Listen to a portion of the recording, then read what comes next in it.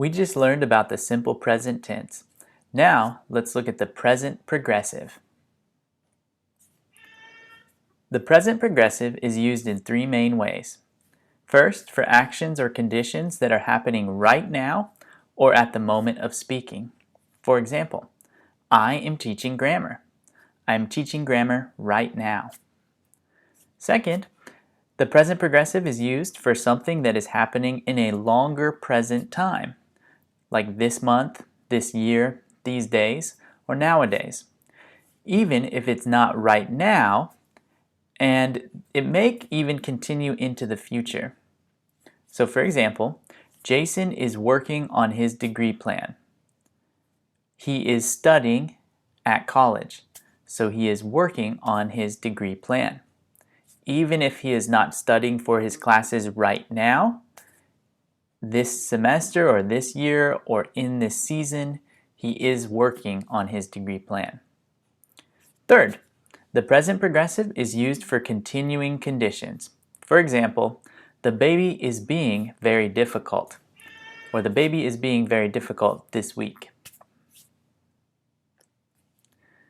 Let's talk about how to use the present progressive.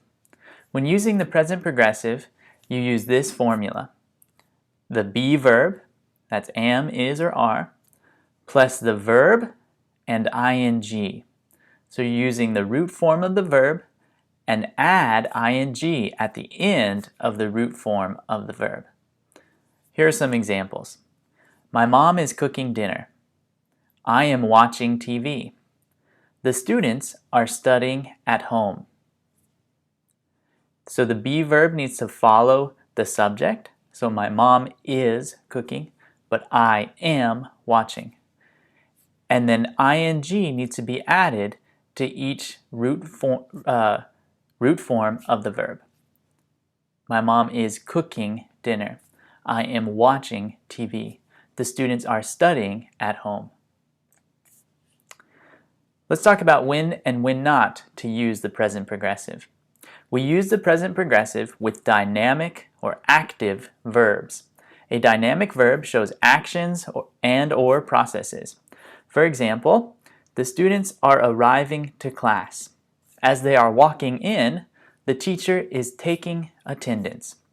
Each of those verbs are active or dynamic processes or actions. However, we do not use the present progressive with stative verbs. Stative verbs describe a state of being or a situation, but these verbs do not show actual action or processes. They show a state of being that does not show qualities of change. Stative verbs can describe a mental or emotional state of being or a physical state. There are three types of stative verbs in which you should not use the present progressive, in most cases. First of all, cognition, such as thoughts, opinions, feelings, emotions, or attitudes. Sensory words, and other non-active verbs. Cognition, that is thoughts, opinions, feelings, emotions, or attitudes. We don't use present progressive with these type of verbs. And these type of verbs are usually situations or states of being.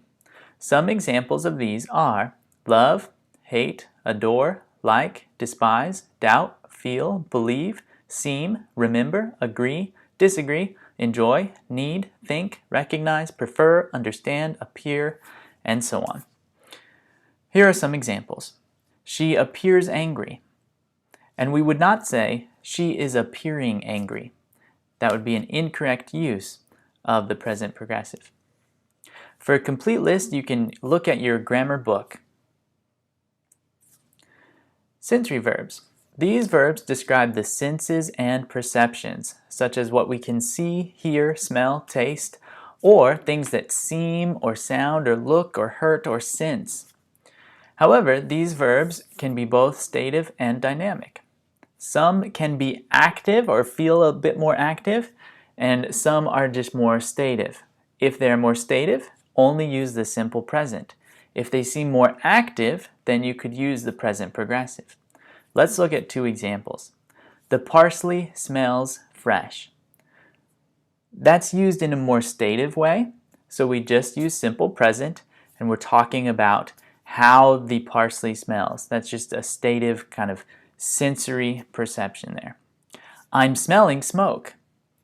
There, it's a bit more active because it seems like almost like an emergency situation, and you need to leave the room because you smell smoke, or you know, maybe there's a fire.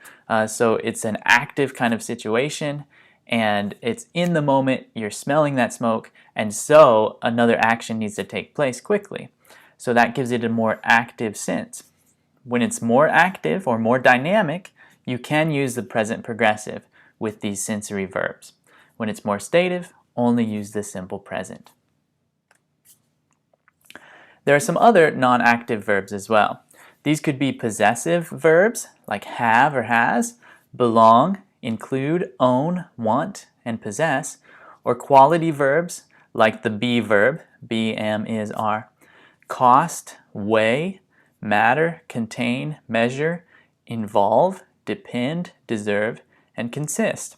These are some of the non-active verbs. Again, with non-active verbs, we almost always use simple present and we don't use present progressive. Look at some examples. I want that sweater.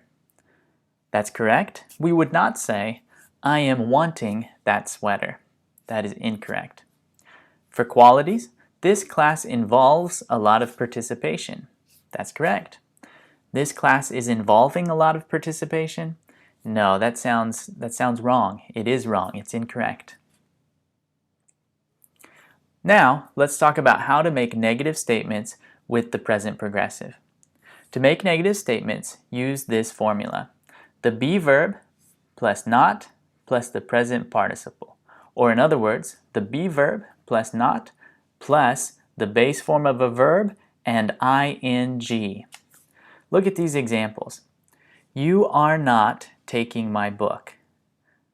You aren't taking my book. Her parents are not talking about it. Her parents aren't talking about it. I am not running today. I'm not running today. Notice there are some different contractions that can be used when you're making negative statements. You could say, I'm not going, you're not going, he's not going, and so on. Let's continue and talk about how to make questions with the present progressive. Use this formula. The be verb plus the subject plus the verb and ing. Here are some examples. Is he studying English in Dallas? Are we going to the party? Am I sleeping in class? Of course, the last one is kind of silly to say. But those are some examples of questions using the present progressive. Thanks for watching. I'll see you in class.